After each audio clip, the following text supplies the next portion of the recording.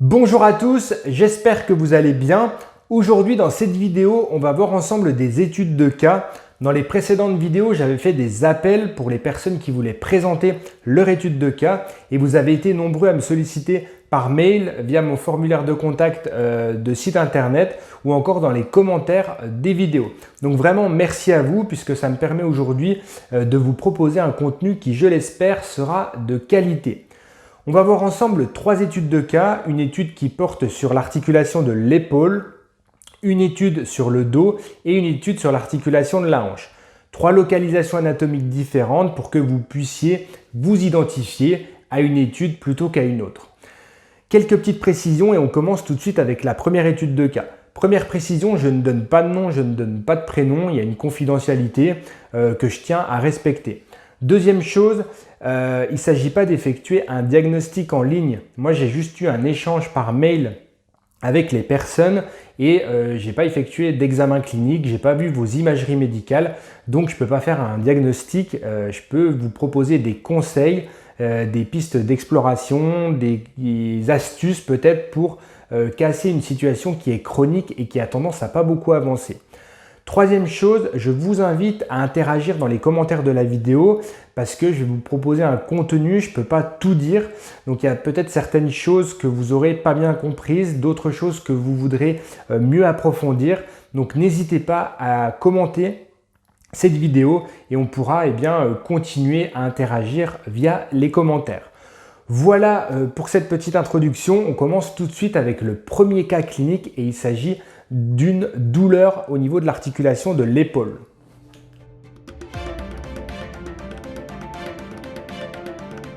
Le premier cas clinique concerne un jeune homme qui a réalisé une séance de musculation au mois d'avril et à la suite de laquelle il a eu des douleurs au niveau de l'articulation de l'épaule.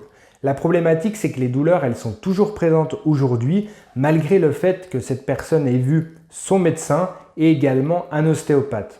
Ces deux thérapeutes, ils sont en faveur d'une souffrance d'un tendon que l'on appelle le tendon du long biceps qui se situe juste en avant de l'articulation de l'épaule. C'est un muscle qui se présente un petit peu comme une corde qui va longer la partie antérieure de l'épaule et qui va ensuite rejoindre la courte portion du biceps qui forme le galbe musculaire au niveau de votre bras. Les deux thérapeutes sont donc en faveur d'une inflammation de ce tendon. Il n'y a eu aucun examen de réalisé à ce jour. Donc la problématique de ce cas clinique, c'est pourquoi est-ce que les douleurs sont encore présentes et qu'est-ce qu'on peut faire pour améliorer le plus possible la guérison de cette personne. Premièrement, il n'y a pas eu d'échographie, d'IRM, de scanner, etc. de réaliser. Donc, on ne peut pas parler de tendinopathie. On a des tests en kinésithérapie, en ostéopathie, en médecine qui permettent de supposer qu'on est face à une tendinite, mais la seule façon d'effectuer un diagnostic, ça va être l'imagerie médicale. Juste pour information, pour s'assurer en termes cliniques qu'on a une tendinopathie, il faut qu'il y ait des douleurs à la palpation, des douleurs à la contraction musculaire et également des douleurs à l'étirement. C'est généralement cette triade de symptômes qui nous permettent de dire qu'on est face à une tendinite ou pas. Ça, c'est la première chose. La deuxième chose, c'est que cette personne, elle a eu cette douleur à la suite d'une séance de musculation et qu'a priori, elle continue toujours d'effectuer du renforcement musculaire, mais que lors de ces séances de renforcement, il n'y a pas de douleur. Généralement, les douleurs sont à distance le lendemain, matin notamment. Ce qu'il faut savoir, et ça, il faut vraiment bien le retenir, c'est qu'au niveau de l'épaule, souvent, on n'a pas de douleur, en tout cas dans les premiers stades d'une inflammation tendineuse, lorsque l'on va réaliser certains mouvements. Donc en fait, c'est assez traître puisque vous avez peut-être une tendinite ou des lésions et le mouvement, entre guillemets le mauvais mouvement, ne va pas forcément être douloureux. Donc vous allez forcer, ça va et c'est quelques heures ou le lendemain que vous allez exprimer des douleurs. Donc il faut vraiment respecter une période de repos de quelques semaines pour laisser le temps à votre tendon de cicatriser. C'est vraiment primordial. Même si le mouvement ne vous fait pas mal. Alors je ne dis pas de ne plus rien faire. Par exemple, dans ce cas clinique-là, cette personne, elle fait du renforcement musculaire en salle. Eh bien entendu, il faut éviter d'aller soulever des poids, soulever des haltères, effectuer de la barre, etc. pendant une période d'au moins 2-3 semaines. Sinon, la cicatrisation du tendon va s'effectuer de façon anarchique et on va avoir tendance à rentrer dans des douleurs qui vont vite devenir chroniques. Donc ça, c'est vraiment important, c'est la première chose à effectuer. Souvent, les douleurs du long biceps sous-entendent un autre problème d'épaule.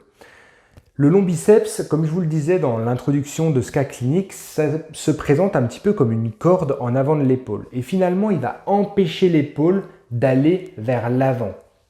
Donc là, il y a deux cas de figure. Soit l'épaule de cette personne est déjà décentrée, c'est-à-dire un petit peu en enroulement vers l'avant. Et dans ce cas-là, ce muscle en permanence essaye de maintenir l'épaule vers l'arrière et du coup, il est en permanence sous tension, d'où ces douleurs. Ou alors, la deuxième possibilité, c'est qu'il y a vraiment une mauvaise posture, un mauvais mouvement sur le renforcement musculaire en salle. Et cette personne a peut-être tendance à trop verrouiller l'épaule en avant durant certains mouvements de renforcement. Donc là, il faut vraiment identifier la posture, soit pendant l'exercice ou la posture naturelle de cette personne. Donc, comme je vous le disais, le long biceps, souvent, il est secondaire à un problème initial d'épaule, à ce que l'on appelle un décentrage. Comment voir très rapidement si on a un décentrage au niveau d'une articulation d'épaule ou pas? Il suffit d'effectuer un test assez simple que l'on appelle le C-test. Il faut repérer l'articulation métacarpophalangienne, c'est l'articulation entre votre doigt et votre main, et il va falloir la placer sur l'épaule opposée, juste au-dessus, et on ne perd plus le contact durant toute la réalisation du test. Ensuite, on va effectuer une élévation du coude, le plus haut possible sans perdre le contact avec votre main. Donc moi, au niveau de mon épaule gauche, je monte très bien. Je fais pareil de l'autre côté, métacarpophalangienne sur l'épaule et je monte. Et là, moi personnellement, je sais que j'ai un problème d'épaule au niveau droit et du coup, je n'arrive plus à monter. Ça force et ça ne veut pas monter plus haut. Ça signe que l'on a peut-être un décentrage au niveau de l'articulation de l'épaule. Donc j'invite vraiment cette personne à réaliser ce test simple. Après, ce n'est pas parce que ce test est négatif qu'il n'y a pas de décentrage au niveau de l'articulation de l'épaule, mais en tout cas, dans la plupart des cas, lorsqu'on a un décentrage, ce test est positif. Donc, l'objectif, ça va être de corriger le positionnement de l'articulation de l'épaule et également de favoriser la cicatrisation tendineuse. Donc, ce que je conseillerais à cette personne, eh bien, c'est de bien respecter la période de repos que j'ai précédemment citée, à peu près 2 à 3 semaines. Durant cette période, il est intéressant de réaliser des techniques antalgiques. Donc cette personne, elle réalisait déjà pas mal de choses, par exemple la mise en place de cataplasmes d'argile, ce qui permet de diminuer les douleurs, et également l'automassage. Donc cette personne, elle réalisait l'automassage avec le TerraGun, donc c'est un pistolet de massage qui, via des percussions, va entraîner une détente musculaire. Attention toutefois au TerraGun de ne pas l'effectuer sur les reliefs osseux et sur le tendon du long biceps.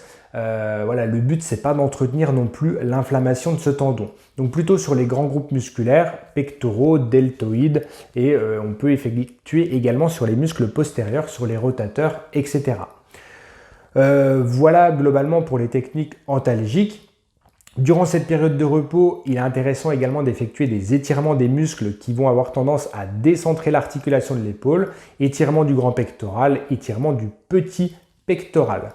Ces étirements, ils sont présents dans une vidéo que j'ai réalisée que vous pouvez aller visionner qui s'affiche actuellement à l'écran. Période de repos, on fait uniquement cela. Ensuite, on peut passer à la reprise progressive de l'activité, donc reprise en salle sans aucun problème, avec toutefois un objectif de cibler les muscles qui vont corriger le décentrage de l'articulation de l'épaule, qui vont corriger la posture. Donc plutôt cibler le renforcement sur les rotateurs externes de l'épaule, le trapèze inférieur, les stabilisateurs, etc. Durant cette période, on étire toujours les muscles antérieurs, grands pectoraux, petit pectoral. On peut également étirer le triceps sural et la capsule postérieure. Voilà pour l'organisation du traitement. Une fois que vous aurez intensifié un petit peu le renforcement musculaire, il sera intéressant de travailler sur de la proprioception au niveau de l'articulation de l'épaule. Et là encore, j'ai effectué une vidéo spécialement sur la proprioception de cette articulation que vous pouvez aller visionner. Il y a également des techniques de recentrage que vous pouvez réaliser sur cette deuxième période, des techniques de recentrage à l'élastique qui sont présentes dans la vidéo que j'ai précédemment citée sur la tendinite de l'épaule. Voilà, pour synthétiser, cette personne, je lui conseille vraiment le repos complet au niveau de l'articulation de l'épaule pendant 2 à 3 semaines. Je pense que c'est ce qui n'était pas très bien respecté, parce que tout simplement cette personne n'avait pas de douleur et du coup elle pensait qu'elle pouvait continuer. Je conseille de poursuivre les techniques antalgiques, c'est vraiment un très bon choix d'avoir choisi l'argile et également le TheraGun, de bien étirer les bons muscles, de réaliser le C-test pour voir si effectivement il y a bien un décentrage ou pas, ensuite de renforcer les bons muscles et de bien corriger la posture durant la réalisation des séances de musculation, d'éviter d'être trop souvent en rotation interne. C'est souvent ce qu'on rencontre chez les gens qui font du renforcement musculaire, c'est que parfois pour verrouiller l'épaule, il avance et il se place en rotation interne. Et ça a tendance à entraîner des conflits osseux au niveau de l'articulation de l'épaule et des inflammations tendineuses. Donc ça, il faut vraiment faire attention de bien avoir l'épaule soit dans une rotation la plus neutre possible ou même en rotation extérieure. La rotation interne est vraiment délétère pour l'articulation de l'épaule. Certes, on a plus de force parce qu'on vient solliciter le grand pectoral, mais c'est délétère d'un point de vue articulaire. Voilà du coup pour les recommandations au niveau du renforcement.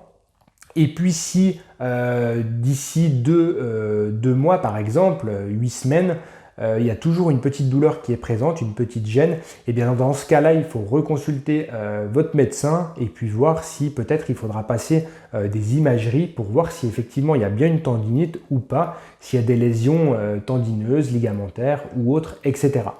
Voilà, il ne faut pas rester non plus dans le temps avec des douleurs, même si elles sont légèrement supportables, il faut savoir exactement ce qui se passe au niveau de l'articulation. Voilà pour ce cas clinique qui est très intéressant et sur lequel on a pu, je l'espère, apporter des conseils à cette personne.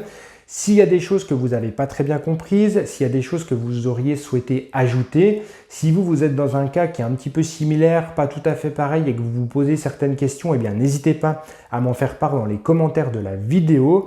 Et moi de mon côté, je vous dis à très bientôt, j'espère demain ou après-demain pour traiter du deuxième cas clinique. Si cette vidéo vous a intéressé, si ce format vous plaît, eh bien n'hésitez pas à mettre un pouce en l'air, à m'en faire part dans les commentaires de la vidéo pour que je puisse continuer ces cas cliniques. Et je vous dis merci de votre écoute, merci de votre attention et à très bientôt dans une prochaine vidéo. Ciao, ciao!